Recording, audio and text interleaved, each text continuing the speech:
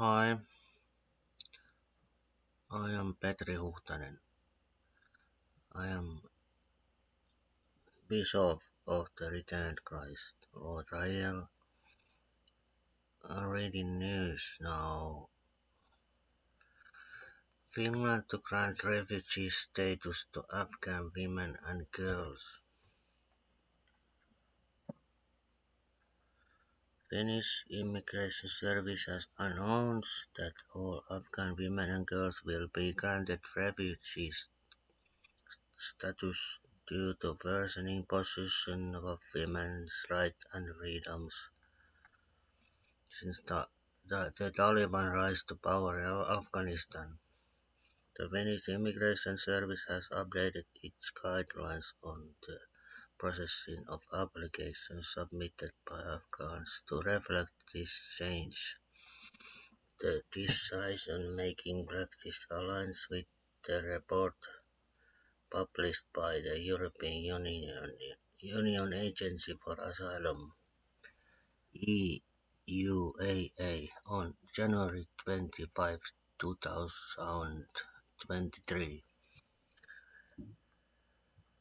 According to the Director of Asylum Unit Antti Lehtinen, gender alone will now be sufficient grounds for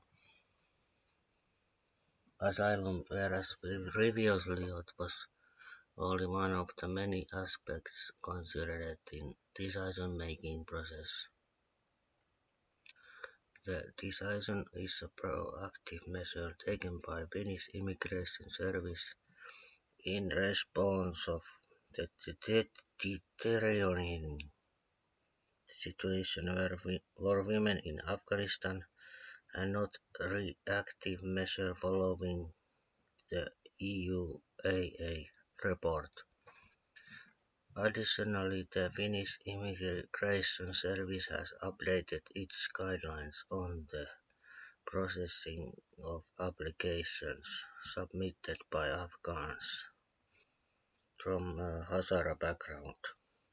The guidelines reflect the EUAA's report that the position of Hazaras has deteriorated in Afghanistan. While it is not possible to conclude that all Hazaras living in Afghanistan require international protection, the asylum seekers' individual circumstances, including gender and living in area where the ISIS makes attacks, will be taken into account.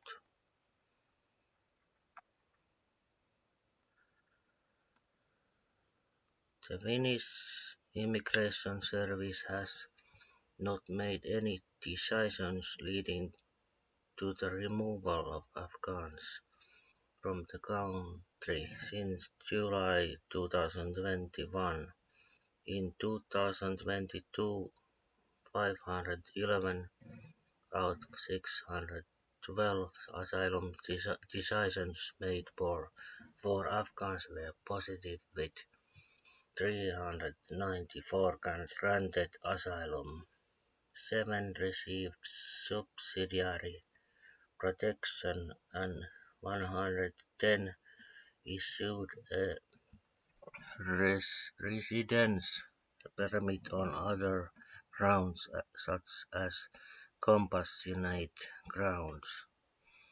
While the decision to grant refugee status to Afghan women and girls in Finland is a positive step toward, towards providing protection, it could encourage illegal migration and the exploitation of vulnerable women and girls. Families may send their female members on dangerous journey to seek asylum in Finland, which could result in significant risks and challenges. Often the authorities and decision makers in Finland do not pay attention to the message they decisions send to the millions of desperate people wanting to migrate. The previous decisions to make family reunion of underage asylum seekers easier caused an uproar in families sending underage kids alone to dangerous journey. Most of these kids do not make it to, to Western countries or their target countries but end up being abused somewhere in the transit countries. Immigration services often are struggling with skilled staff and do not have the necessary resources and expertise to investigate and prevent abuse of the system or the grant residence permits to skilled workers who are badly needed. Recently, the case of Mongolian nurse who went through a nightmare while trying to renew her work and residence permit was widely reported in the media.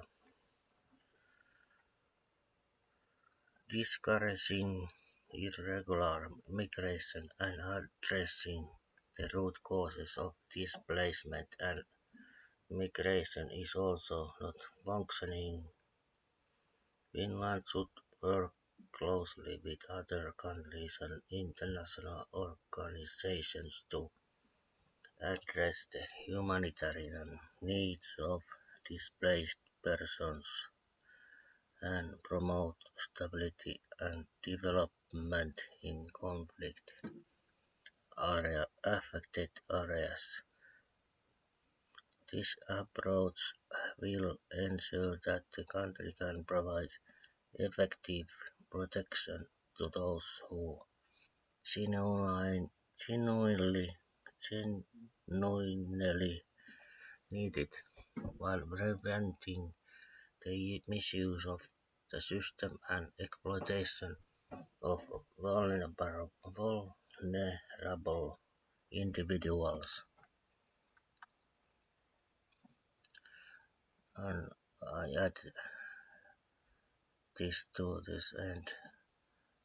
Love God and love each other. Amen.